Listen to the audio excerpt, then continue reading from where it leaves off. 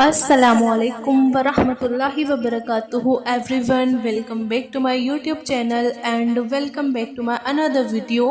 So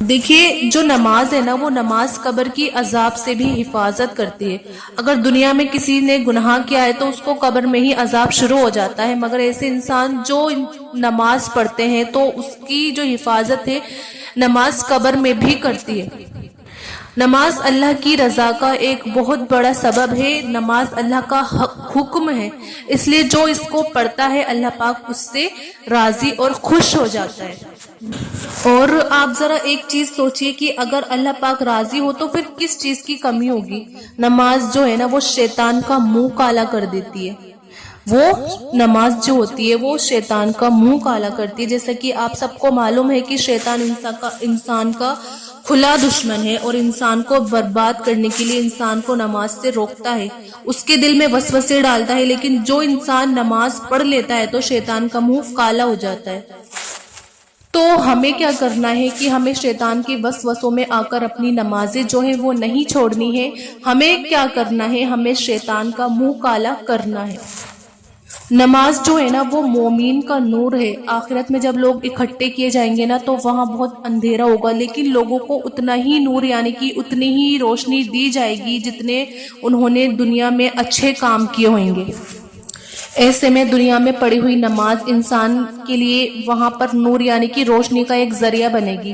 اور جو ہے نماز نا ایک جنت کی کنجی بھی ہے. جیسا سر کا درجہ جسم میں ہے ویسے ہی دین کا درجہ نماز میں ہے. مطلب کہ ساری عبادتوں میں ایک نماز ہی سب سے اوپر ہے. اس لیے جو اس دنیا میں نماز پڑھتا ہے اس کی جگہ جنت میں ہوگی. نماز اللہ سے مانگنے کا ایک ذریعہ ہے. اگر انسان پر کوئی پریشانی یا مصیبتیں آتی ہیں تو وہ سب سے پہلے اللہ کے سامنے نماز کے لیے کھڑے ہو جائیں اور پھر اللہ سے دعا کرے. کیونکہ ہمارے نبی حضور صلی اللہ علیہ وسلم پر بھی اگر کوئی مصیبت یا پریشانی آتی تھی تو وہ نماز پڑھتے تھے کہ جب بھی ان کے اوپر کوئی پریشانی یا کوئی بھی مصیبت آتی تھی تو وہ نماز ادا کرتے تھے اور اللہ سے اپنی مصیبت اپنی پریشانی کی اس کے لیے اللہ سے وہ دعا کرتے تھے. تو یہ تھے کچھ فائدے جو میں نے آپ کو بتائے ہیں نماز پڑھنے کے. اس کے علاوہ بھی اور بھی بہت سارے فائدے ہیں. نماز کی برکت ہے، نماز کے بہت سارے فائدے ہیں. دیکھیے جو نماز کی برکت ہے نا، نماز کی برکت سے نا آدمی کے دل میں گناہوں کی نفرت جو ہے نا وہ پیدا ہوتی ہے. جب تم نماز کے لیے کھڑے ہوتے ہو تو سر سے آسمان تک رحمت الہی گھٹا بن کر چھا جاتی ہے. اور جو فرشتے ہوتے ہیں نا وہ چہرے کی طرف سارے جمع ہو جاتے ہیں. ایک فرشتہ پکارتا ہے کہ اے نمازی، اگر تو دیکھ لینا کہ تیرے سامنے کون ہے اور تو کس سے بات کر رہا ہے تو اللہ کی قسم تو قیامت تک سلام ہی نہ پھیرے. دیکھیے ہم جب فجر کی نماز چھوڑتے ہیں تو فجر کی نماز چھوڑنے سے چہرے کی رونق ختم ہو جاتی ہے. اور جب ہم ظہر کی نماز چھوڑتے ہیں تو ظہر کی نماز چھوڑنے سے رزق کی برکت ختم ہو جاتی ہے. اور جب ہم عصر کی نماز چھوڑتے ہیں تو عصر کی نماز چھوڑنے سے تندرستی ختم ہو جاتی ہے. اور جب ہم مغرب کی نماز چھوڑتے ہیں تو مغرب کی نماز چھوڑنے سے اولاد نافرمان ہو جاتی ہے. اور جب ہم عشاء کی نماز چھوڑتے ہیں تو عشاء کی نماز چھوڑنے سے نیند کی راحت جو ہوتی ہے وہ ختم ہو جاتی ہے. تو اللہ سے ہمیں کیا کرنا چاہیے؟ اللہ سے ہمیں دعا کرنی چاہیے کہ اللہ تعالی ہمیں 5 وقت کا نمازی بنا دے. اللہ پاک ہمیں 5 وقت کی نماز پڑھنے کی توفیق دے. نماز پڑھنے سے اللہ پاک دنیا میں بھی کامیابی عطا کرتا ہے ہمیں اور آخرت میں بھی انشاءاللہ.